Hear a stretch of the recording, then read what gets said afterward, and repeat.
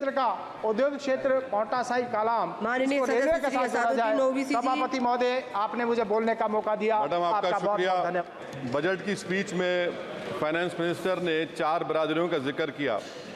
भारत की सबसे बड़ी अक़लियत मुसलमान है, 17 करोड़। मैं हुकूमत से जानना चाहता हूं कि क्या 17 करोड़ मुसलमानों में गरीब नहीं है, नौजवान नहीं है, किसान नहीं है, ख़वातीन नहीं है? वतन अजीज़ में सबसे गरीब मुसलमान है, सबसे ज़्यादा नाखवानगी मुस्लिम ख़वातीन में। AIDS और PLFS का डेटा ये बताता है कि मुसलमानों में सबसे कम असासे हैं और कंजम्पशन लेवल दूसरे मजहबी ग्रुपों के बनिस्बत सबसे कम है। तालीमी इदारों में मैडम 15 और 24 साल की उम्र में भर्ती एनरोलमेंट में मुसलमानों की सिर्फ 29%, शेड्यूल कास्ट की 44%, हिंदू OBC के 51% और हिंदू अपर कास्ट की 59% है। हायर एजुकेशन मुसलमानों का एनरोलमेंट सिर्फ 5% है। PLFS का 2018-19 का डेटा वेज एम्प्लॉयज़ बताता है कि मुसलमान 22% थे, 2022-23 में 15% हो चुका है। सेल्फ एम्प्लॉयमेंट में मुसलमान, हिंदू, सिख से ज़्यादा 58.4% है। रेगुलर वेज एम्प्लॉयमेंट में सबसे कम मुसलमान है 15% और कैजुअल लेबर में सबसे ज़्यादा मुसलमान 26% है। तो मुसलमानों का शेयर रेगुलर एम्प्लॉयमेंट में लॉस हो रहा है एम्प्लॉयमेंट का। मुसलमान नौजवानों का ना रोज़गार मिलता है, ना तालीम के मौक़े, ना हुकूमत उनको कोई तरबियत सहूलत दी जाती है। मैं मोदी हुकूमत को एक मुसलमानों का एक अछूत बना दिया है, ना कोई सियासी नुमाइंदगी है, ना मुल्क की तरक्की में इनका कोई हिस्सा दिया जा रहा है। मैं मैडम, माइनॉरिटी वेलफेयर मिनिस्ट्री में 2023-24 में 38% की बजट में कमी कर दी गई, 5,000 से 3,000 करोड़ कर दिया गया। इस साल के बजट में सिर्फ चंद 100 करोड़ का इजाफा किया गया, मगर 23-24 के बजट के लेवल पर पैसे मुख्तसर नहीं किए गए।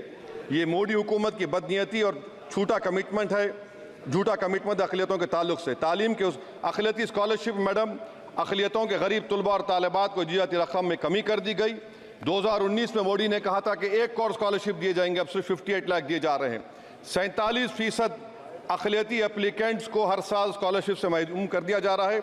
10 साल से मैं कह रहा हूँ कि डिमांड ड्रिवन करो। डिमांड ड्रिवन के लिए सिर्फ 3,000 करोड़ की ज़रूरत है, मगर ये हुकूमत सच्चाई को और ईमानदारी से काम नहीं कर रही है। 2007 और 8 से माइनॉरिटी स्कॉलरशिप का नंबर इजाफा नहीं हुआ है। Pre matric scholarship madam, Kundu committee ने कहा कि मुसलमानों में drop out rate primary level पर होता है, तो हुकूमत ने 9th क्लास से प्री मैट्रिक स्कॉलरशिप पैसे दे रही है। NDMC की इक्विटी मैडम 800 करोड़ एक मजाक है। PMGAV के में 910 करोड़ दिए गए। सारी दुनिया जानती है कि जहां मुसलमान बसता है गांव में, शहर में, वो अंडर डेवलप एरिया है और आप मजाक करें ऊँट के मुंह में जीरा देकर। हज में 97 करोड़। हज कमेटी एक रुश्वत का मरकज बन चुका है। प्राइवेट टूर ऑपरेटर्स के एक लाइसेंस के लिए पैसे देना पड़ता है, बिल्डिंग सिलेक्शन के लिए पैसे देना पड़ता है, मीना मुजदलफा में कंपनी के सिलेक्शन के लिए पैसे देना पड़ता है। मैं हुकूमत से मुतालबा करता हूं कि उसको ख़त्म किया जाए और CBI से इंक्वायरी करवाई जाए। मोदी हुकूमत को अक़लियतों, बिल्कुल मुसलमानों से नफरत को ख़त्म करना पड़ेगा। मुसलमानों को उनका दस्तूरी हक मिलना चाहिए। आप कैसे विकसित भारत बनाएंगे अगर 17 करोड़ मुसलमान नफरत करेंगे? मैडम, पूरी स्पीच में फाइनेंस मिनिस्टर के बच्चों का जिक्र नहीं है। आज हमारे देश में 66 लाख बच्चे रोज भूखे सोते हैं। 46 मिलियन बच्चे स्टंटेड हैं मेल न्यूट्रिशन की वजह से। 25 मिलियन बच्चे वेस्टेड हैं। मासूम बच्चों की यह बदकिस्मती और बदबख्ती है कि एक शख्स चाय बेचकर वजीर आजम बन गया। LTC, long term capital gain tax madam, was decreased from 20 to 12.5%. However, the indexation benefit has been removed and won't apply to any property purchased after 2001. This will be detrimental to the growth of real estate, limit household capital formation and impact employment generation in construction sector. This change in LTCG is a quasi-wealth tax on household, particularly the middle class. Internship programme madam, 5 साल में आप 1 करोड़ लोगों को intern कराएंगे, यानी एक company को 4,000 लोगों को ट्रेन करना पड़ेगा। मुझे बताइए, क्या ये बड़ी कंपनी का माने क्या है? It is unachievable. Will it be based on market cap, revenue, employ size? May be prime minister Modi is saying to Agniveer to do internship after 4 years of service in armed forces. Madam, 21 billion people have given up all hope and stopped looking for jobs. This brings down to 9% eligible population that is either employed or they are looking for jobs. Maybe finance minister can introduce a Berozgar tax and tax unemployed as well. No significant increase for social welfare, healthcare. It looks like Prime Minister Modi is saying, देश की middle class की संपत्ति पर पहला हक हमारे alliance का है. In real terms, when adjusted to inflation, the allocation of health AB, PMJ has declined. Modi is saying he said heal in India during G20.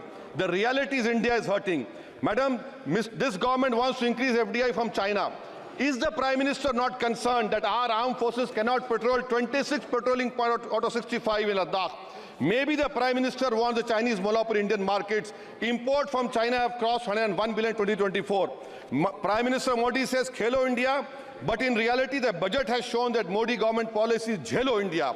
गरीब, middle class, farming, city dwellers, men and women, सब मोदी को झेल रहे हैं. Madam, in the current financial year, in February 5th, 15,993 MSMEs have been closed.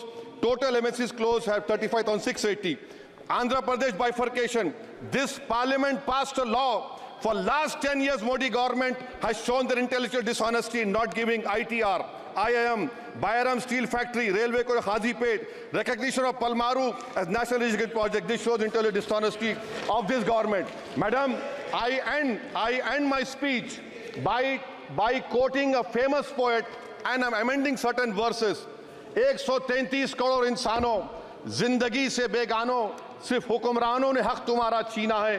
खाक ऐसे जीने पर ये भी कोई जीना है. बेशऊर भी तुमको बेशऊर कहते हैं. सोचता हो ये नादान कैसे हवा में रहते हैं. 133 करोड़ इंसानों, कब तक ये खामोशी? चलते फिरते जिंदानों, गरीब खवातीन, नौजवानों, किसानों से रोने की सदाएं आती हैं. जब शबाब पर आकर खेत लहलाता है, किसके नयन रोते हैं, कौन मुस्कुराता है? काश तुम भी समझो, काश तुम भी जानो किस कदर भयानक है जुल्म का ये ढब. देखो रख से आतिश व आहन देखते ही जाओगे, होश में ना आओगे.